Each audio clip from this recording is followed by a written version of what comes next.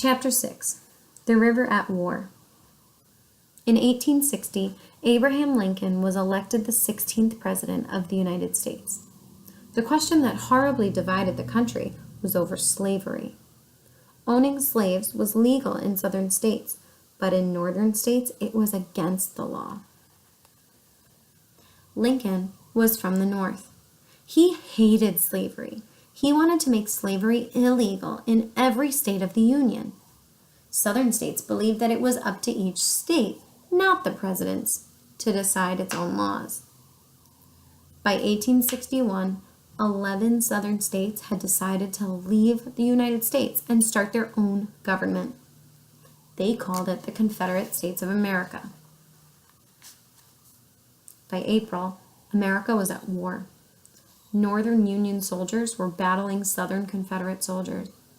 Both sides needed to bring supplies from eastern states through the Gulf of Mexico to places farther west. Access to the port of New Orleans was vital. Louisiana was part of the Confederacy. In April 1862, the Union Navy sailed in through the Gulf and made a surprise attack on the city. Confederate soldiers had expected them to arrive from the opposite direction, from the north. They had moved most of their troops out of New Orleans. The Union won the battle easily. Union soldiers and sailors were relentless.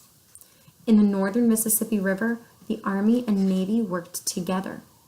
They moved along the river on paddle steamboats and marched in from the east. Battle by battle, they took over the river. Troops from the north captured New Madrid, Missouri, and Memphis, Tennessee. From New Orleans, they moved upriver to Baton Rouge, Louisiana, and to cities in Mississippi. General Ulysses S. Grant was in charge of the Union troops in the area. There was one place he was determined to capture. If his troops could take Vicksburg, Mississippi, they would control the entire river. In the spring of 1863, Grant surprised the Confederates at Vicksburg. The battle raged for 47 days. When it was over, the Mississippi River belonged to the Union. It was one of the turning points in the Civil War. The war continued for 2 more years. Finally, on April 9, 1865, General Robert E. Lee, the leader of the Confederate troops, surrendered to General Ulysses S. Grant at the Appomattox Courthouse in Virginia. The Confederate States were no longer a separate country.